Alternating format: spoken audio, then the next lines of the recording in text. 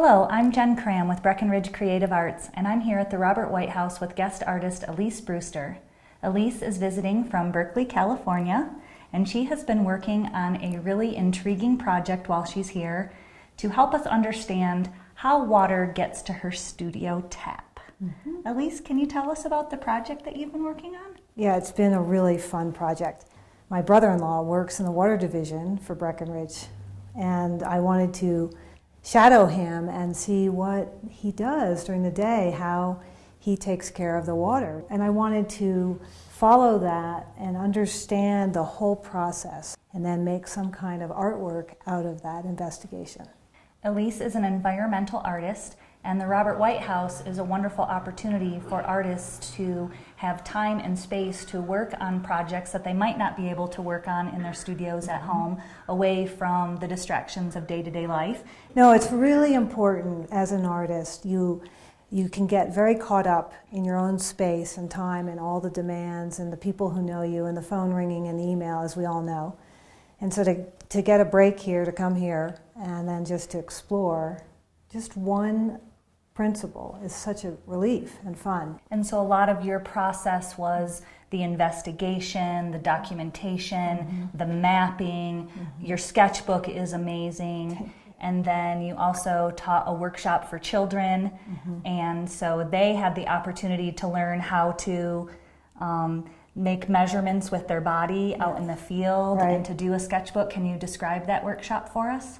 Yeah, as my work, I'm also trained as a landscape architect, and as an environmental artist, often I'll be going to a site and I don't have all the equipment with me. I just have myself. And so I think it's really important to know how to make a survey just with your hands and with your sketchbook.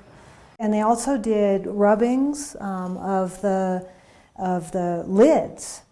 And it's interesting, once you point out these lids to people, they understand, oh, this is a water system. Right, and you can start to see, And there's probably, we were trying to figure it out last night with the water division guys. They think there might be 5,000 lids. Wow, in our community.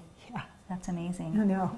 And so your artwork also included a lot of photography. I love the collage that you did of all of the different water lids and your reflection out in the field. And then the end product was actually, tell us about that.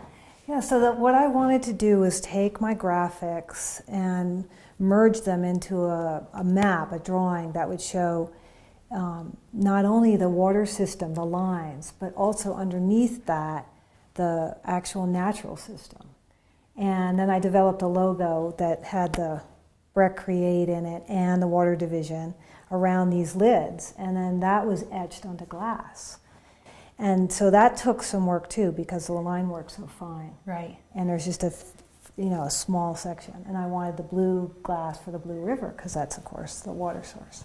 And so then the result is a glass that people can drink water out of that actually shows the watershed and where the water comes from. North is up, and so the water's kind of circulating through the glass. In my mind, it's like the reservoir is below, and you fill it up, and you drink it up, and it goes, Nice.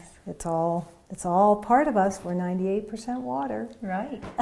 And the wonderful thing for us is that it was a great collaboration with BreckCreate and the Breckenridge Water Division to bring the two organizations together to get a better understanding of what they do, what we do. And so, what a wonderful way to have an artist connect to organizations that are doing quite different things, but to bring it together in an artistic form. And how generous of them to donate a lot of the artifacts and different things to they were bring great. The studio and your project to life. Yeah, and they donated time. We had experts on field walks, so public could join me as I did my field work, and then the experts were there to answer questions and point out different things, and it was really helpful and informative. Nice.